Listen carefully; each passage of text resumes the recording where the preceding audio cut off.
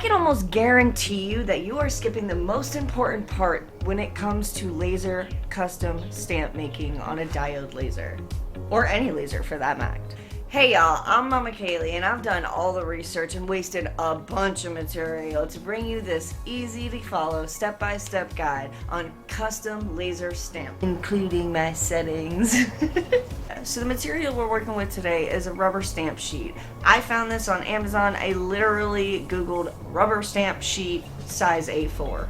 Now that being said, let's open up this bad boy and get to work. Just to clarify, I'm using the longer array B1 30 watt. But I do also have the longer array 5 over here. So if that's something you want to see more content of, let me know down in the comments and make sure you hit the follow button so you never miss an upload. Now let's get into it. So starting with Lightburn, you're going to open up your file. Most likely, you're going to need to adjust some settings. So to do that, you're going to come over here to your layers window. Now here's the settings that I've worked out on my 30 watt diode. If you want to take a second and screenshot this so you don't forget anything. So let's open up our layers menu because we got a couple other things we need to look at. Now don't skip this part. Your bidirectional fill and your crosshatch have got to be turned on.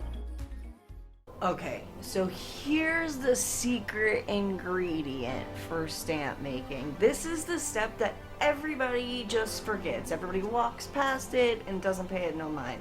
But it has changed the game for me. Go ahead and jump over to your advanced tab setting. You can find this right here in the layers tab.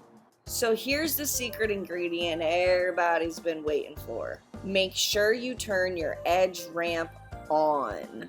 Just trust me on this one. I'll show you at the end why you need this. But for now, let's move on to the cut settings.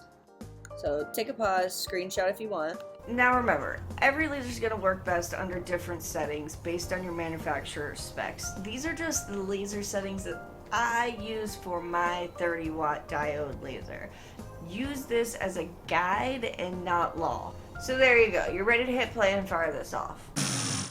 Oh wait, let's double check, triple check, make sure everything's everything. Don't forget to mirror your image. I can't tell you how much material I have flushed down the drain because I forgot to mirror my image. So that being said, let's turn this bad boy on and let's get started. First thing I'm going to do is level my project. Again, I cannot express how much material I have lost because I'm a ditz and I forget the simple things like this. So just don't make dumb mistakes like I do. So now that we have our two stamps done, let's do a side-by-side comparison so you can see the difference between edge ramp on and edge ramp off. Alright, here we go. Edge ramp off. And now we got edge ramp on. Look at that difference. Look, so you see how thick it is? That's what she said. Obviously you can see there is clearly a winner here. So now that we got our stamp with our edge ramp on, we're gonna take it and assemble it. So all you're gonna need is some E6000 and a piece of wood. I literally got this piece of wood from my daughter's toy chest.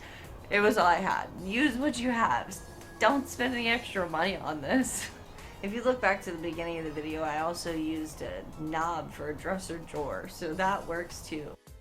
What you're gonna want to do is take your E6000 and glob a bunch on there. Yes, glob is a technical term. So go ahead and throw your stamp on there and make sure that it is pressed down evenly. You want to make sure it's level. So I went ahead and flipped it over and pushed down a couple times. So I just added something for a little extra weight to let it dry for a while. 2 hours later. Take off that bad boy right there and there you go. You got yourself your very own stamp. Ooh, now for the fun part. So what you're going to want to do is get yourself some Versamark. I found this at Amazon, but I can get it at almost any craft store. Next, you're going to want to get yourself some mica powder or even embossing powder, and you can bring these stamps to life. Just go ahead and give it a little swipe, swipe, swipe, swipe, swipe, clean off all the extra powder. And voila, just like that, you have a really awesome and really pretty and super custom stamp. Now you don't have to go on Etsy and spend $30, $40 on something that you just made yourself at home. You're welcome.